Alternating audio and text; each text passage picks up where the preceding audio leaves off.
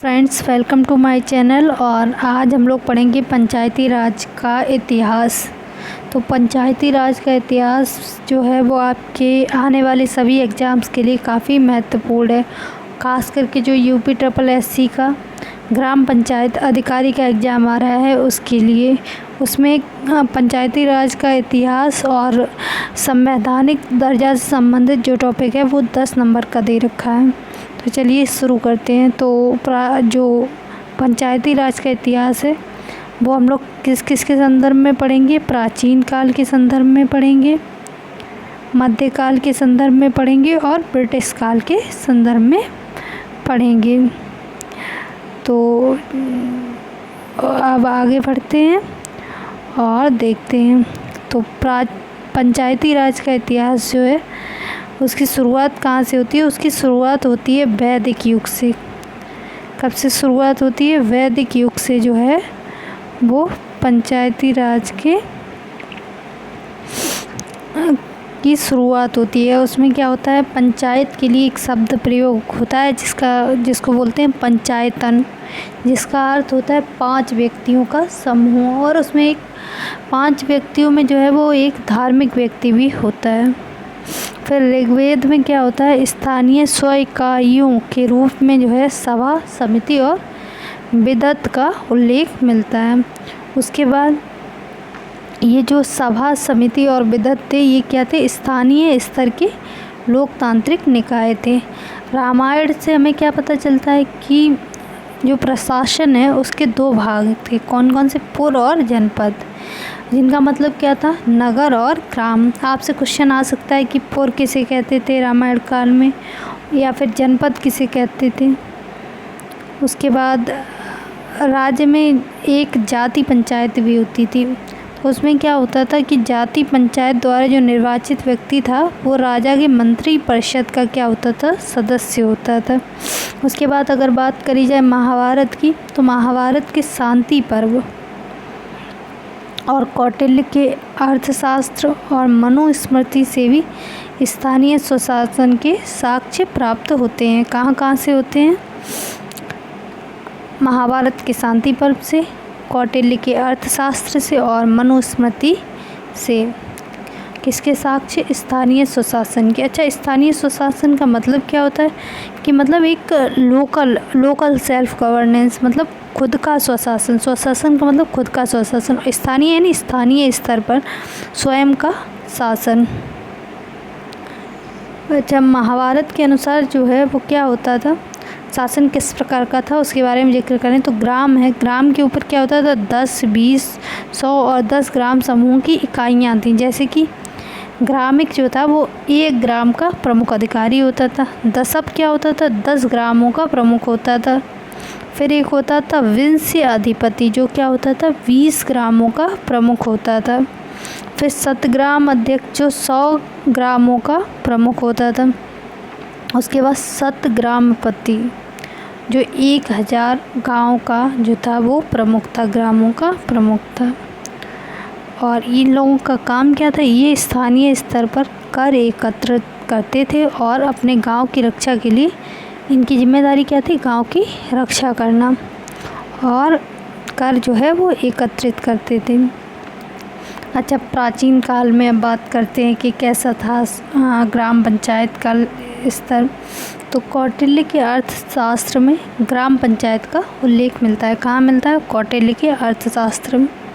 नगर को क्या कहते थे? नगर को ये लोग पुर कहते थे और इसका जो प्रमुख था उसे क्या कहते थे? नागरिक। फिर स्थानीय निकाय राजसी हस्तक्षेप से मुक्त था, मतलब राजसी हस्तक्षेप नहीं था, वो अपना आपस में ही कर लेते थे, मतलब प्रशासन व्यवस्था उन्होंने बना रखी थी। उसके बाद मौर्य और मौर्योत्तर काल में क्या होता है कि जो ग्राम का मुखिया होता है वो वृद्धों की एक जो परिषद होती है, यानी जो एल्डर्स होते हैं उनकी एक परिषद होती है, गांव के जो बुजुर्ग होते हैं उनकी सहायता से जो है वो अपनी जो ग्राम पंचायत थी उसका संचालन करते थे। गुप्त काल में क्या था? गुप्त काल में जिला अधिकारी को विषयपति कहने लगे थे और ग्राम के प्रधान को ग्रामपति के नाम से जाना जाता था। अच्छा, प्राचीन भारत में स्थानीय स्वशासन की एक सुस्थापित प्रणाली थी मतलब एक बहुत अच्छा सिस्टम था स्थानीय सुशासन का, यानी लोकल सेल्फ गवर्नेंस का। और ये किससे चलते थे? ये चलते थे ट्रेडिशन से, यानी परंपरा और रीति रिवाज के आधार पर चलते थे। लेकिन एक नोट इम्पॉर्टेंट पॉइंट क्या है कि जो प्राचीन काल था उसमें क्या था कि पंचायत के प्रमुख में यहाँ तक कि सदस्य के रूप में भी स्त्रियों की भागीदारी का कोई भी प्रमाण नहीं मिलता था, यानी स्त्रियों की किसी भी प्रकार की कोई भी भागीदारी इसमें नहीं थी।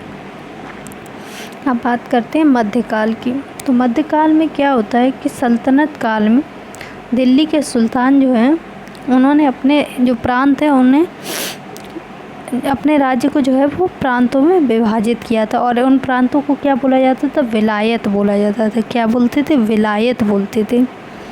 ग्राम से संबंधित 3 महत्वपूर्ण अधिकारी थे। कौन से 3 महत्वपूर्ण अधिकारी थे? एक था मुकद्दम, दूसरा था पटवारी, तीसरा था चौधरी। अच्छा, मुकद्दम जो था वो किस लिए था? प्रशासन के लिए था। पटवारी तो आज भी पद होता है राजस्व संग्रह के लिए, और चौधरी क्या है? पंचों की सहायता से विवाद समाधान के लिए। कभी कहते नहीं ज़्यादा चौधरी बन रहे हो, तो ये क्या है? पंचायतों की सहायता से विवाद के समाधान के लिए। ग्रामों को स्वशासन के संबंध में अपने अधिकार क्षेत्र के भीतर पर्याप्त शक्तियाँ प्राप्त थीं। फिर मध्यकाल में जब मुग़ल शासन आता है तो क्या होता है कि जातिवाद और शासन की जो सामंतवादी नीति थी वो क्या करती है? धीरे धीरे ग्रामीण स्वशासन को ख़त्म कर देती है। हालांकि मध्यकाल में भी महिलाओं का जो है ग्राम प्रशासन में भागीदारी का कोई उल्लेख नहीं मिलता, यानी महिलाओं की भागीदारी मध्यकाल में भी नहीं है। अब ब्रिटिश काल की बात करते हैं। ब्रिटिश काल में ब्रिटिश शासन में ग्राम पंचायतों की स्वायत्तता जो है वो समाप्त हो गई और वे कमज़ोर हो गई। इसका मतलब जो ऑटोनोमस होता है ग्राम पंचायतों का वो पूरी तरीके से समाप्त हो गया, और जो ग्राम पंचायत है वो बहुत कमज़ोर हो गई, यानी मतलब अब उन्हें किसी के अधीन काम करना था। और 1870 ईस्वी में क्या होता है कि भारत में जो है वो प्रतिनिधि स्थानीय संस्थाओं का उद्भव होता है। ठीक है, तो जब उद्भव होता है तो 1870 में एक प्रस्ताव आता है जिसका नाम होता है मेयो प्रस्ताव।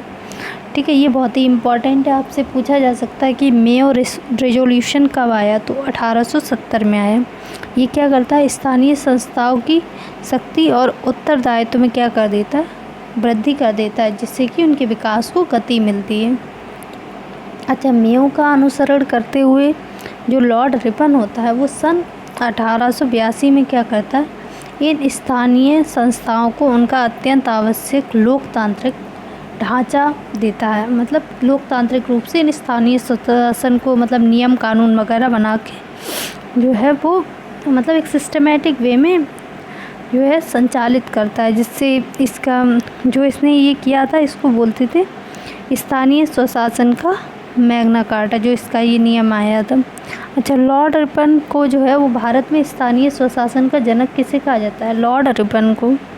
उसके बाद सभी बोर्डों में निर्वाचन सदस्य के 2/3 बहुमत को अनिवार्य कर दिया गया था, और इन निकायों के अध्यक्ष को भी निर्वाचित गैर अधिकारियों द्वारा चुना जाता था। उस समय जितने भी बोर्ड थे उन्हें जो है वो जो निर्वाचित सदस्य थे उनके 2/3 बहुमत से ही मतलब निर्वाचन किया जाता था, और इनके जो अध्यक्ष थे उनको जो है वो निर्वाचित किया जाता था। अब मतलब डायरेक्ट अध्यक्ष नहीं, मतलब निर्वाचित जो गैर अधिकारी थे उन्हीं के द्वारा चुना जाता था।